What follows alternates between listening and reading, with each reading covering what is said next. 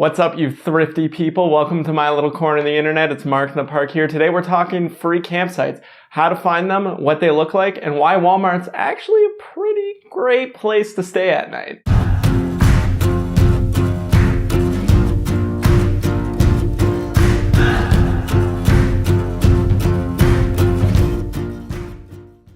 You know what this new office of mine is missing? A swivel chair. I don't think it's considered an office until you can spin around. I'm gonna go deal with that.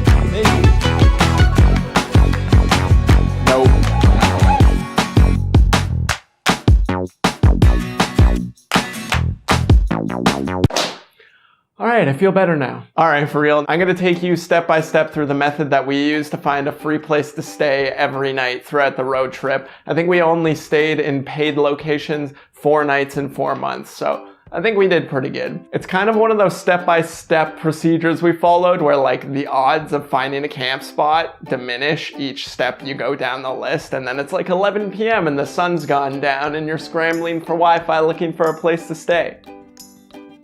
Road tripping's fun though, I swear. Step number 1, basically the holy grail as far as I know for finding free campsites is a website called freecampsites.net. It's a crowdsourced website where people post different places that they've stayed in and they haven't had any issues. And it can be anywhere like the side of a logging road where you can actually like set up a tent and have a fire and stuff. It can be a rest stop. It can be a Walmart parking lot. It's all sorts of things. People have just posted, hey, I stayed in my tent here and everything was okay. I parked my RV here for 8 hours and slept and no one bothered me. That kind of thing. So without further ado, let's hop into that there technological box and let's show you guys an example.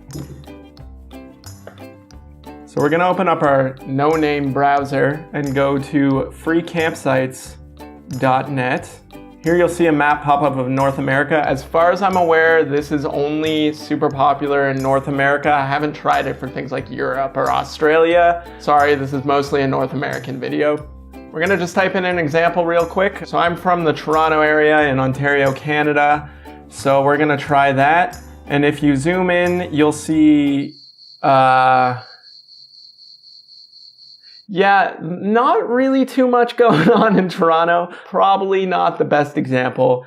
Scrap that example. We're gonna go with something that's closer to an actual national park. One of the national parks that we loved on the trip a ton was Glacier National Park in BC. This is the Canadian Glacier National Park, not the one in Montana. So you can see all of these little green tents around Glacier National Park. And these are spots that people have actually pinned free places to stay. Green means free. There's some paid ones that come up in red, but just have your eyes out for the green ones because that's what this is about anyways. So the town that we actually stayed in was Golden. I believe it was this site in particular, and that's parking in front of their little rural airport. There was like 3 or 4 parking spots and it was a great place to stay. It was right by the Columbia River. We got lulled to sleep at night by a river. It was awesome. There's other places in Golden. You can see there's an old truck weigh scale. So I guess this is where they used to weigh trucks and now it's abandoned. So people sleep there in their cars. There's the Chamber of Commerce in Golden, which I guess lets you stay in their parking lot. As you can see, there's tons of places to stay on here. It's a super awesome resource, and it was our first one that we went to. Freecampsites.net is not a one-size-fits-all solution. It does struggle when it comes to finding places to sleep in cities. That being said, let's cut it some slack because sometimes it's even hard to find a place to park for free in a city, let alone sleep for a full night. Which brings me to step number 2, which is allstays.com. If you aren't already aware of it, Allstays is a website similar to freecampsites.net where people post different companies and businesses that allow you to park in their parking lots overnight. Psst. Walmart's kind of a terrible company, but they allow you to stay in their parking lots overnight for free. And I'm kind of willing to sacrifice my morals for a free place to sleep. If you head to allstays.com, I'll link it below, you'll notice that it's geared mostly towards RVers, but if you're sleeping in your car, it's basically the same thing. If you're sleeping in a tent, on the other hand, you might not have as good of a time with Allstays because there's a lot of parking lots that don't allow you to pitch your tent unless you set it up in the corner of a Canadian Tire parking lot because you have a mouse in the back of your car and you are trying to kill it with mouse traps and peanut butter. Moving on. Step number 3, let's say you've crossed a bridge into a magical land and you find yourself eating kale and gluten-free things and you're in a town where no one believes in chain businesses. Well, then you might not be able to use Allstays because you won't find that golden beacon that is the Walmart sign. At this point, you might need to get a little bit more creative. So step 3 is to go try and find local low-cost camping or hiking guides or local information. For us Canucks up here in Igloo Land, we have these backroad map books, I think they're called. Yeah, this one is for Cottage Country, Ontario. But when we were on Vancouver Island, we went out and got one of these for the island, and we use that heavily because it turns out BC has these recreation sites that are basically campgrounds that are unmaintained but free to stay at, and they had like fire pits and nice places to park and set up your tent. They were actually the best campsites I think we had all trip. Check out how amazing this is. Got the car, we've got our table with all our stuff set up for dinner. Alana's just chilling in the tent reading, and over here, my favorite part, a rope swing, yes! And then out here, still tons of space. And as you walk out, we have a nice waterfront up here. This is gorgeous. That was just one example. We had a rope swing. A free campsite with a rope swing. Yes, please. So for you Americans, I think I found an equivalent to these. It's America's Guide to Low-Cost Camping, something along those lines. Anyways, I'll link this and the American version in the description, so check that out. This is definitely a worthwhile option if those other online resources aren't working for you. Step 4, I hope you're not panicking too much. There's still options out there.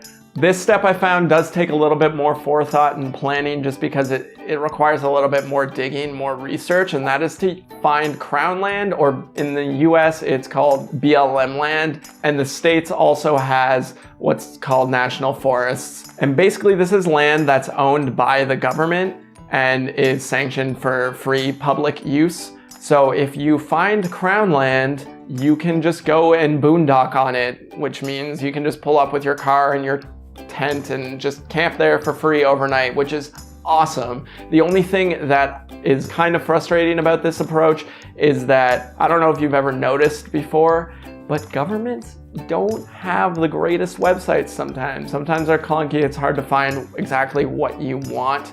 Some provinces, some states are better than others, so I can't really post one link, but if, for example, you go into the Googles and search Ontario Crown land, it will come up with like an atlas that has all of the little patches of Crown land that are dispersed throughout Ontario. This is sweet because it's boondocking out in nature, you're proper camping, and you're not sleeping in your car on asphalt with the risk of waking up in the morning in your boxers in the middle of a Walmart parking lot with a kid staring at you. Let's not talk about that. But give it a shot, it worked out really well for us. Sometimes these Crown land, BLM land patches end up on freecampsites.net because people have stayed there and they post that it's Crown land, and then you're good to go. You don't even have to use this step. And finally, our last step, which at this point is more of a long-term step, or I guess more of a mentality to use on the road trip, and that's just to be a kind person. Be friendly, be approachable, talk to people when they're being nice to you, you know, reciprocate. Be a happy, go-lucky, awesome person out there, because you never really know who you're gonna meet or what's gonna happen. Example, we were out in Ontario at this canyon lookout point. We just stopped at it because we wanted to just take a quick look.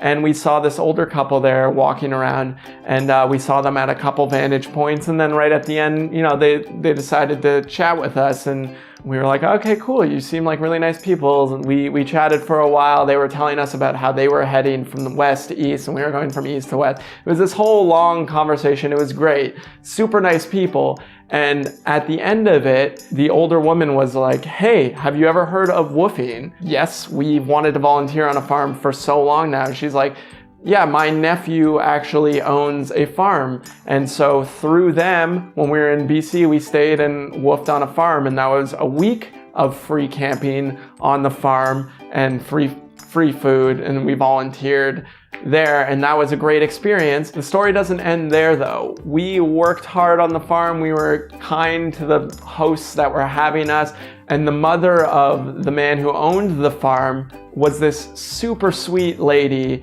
and she actually lived in Victoria, BC. So by the time we got to Vancouver Island and we were in Victoria, she offered to let us stay at her place for 2 nights, you know, fully free of charge. We got to shower, we got to sleep in a comfy bed, and just through sheer kindness and generosity, we got some free camping. So that's just something to keep in the back of the head, in your man bun throughout your whole trip, is just to be kind, and you never know what's gonna happen. All right, that's about it from me. I hope you guys enjoyed this video. I think that's all I can really talk about the subject, but if you have any questions whatsoever, let me know in the comment section below, or even if you use some of these tips and they worked out for you and you found a sweet campsite, I'd love to hear about it in the comments too. Give it a like because it means a lot to me, guys. If you found this information useful, I'm gonna be making more videos like this based on the experience we had from the road trip. So hit that subscribe button because I'd love to have you guys around. We can all just kind of hang out in my little corner of the internet.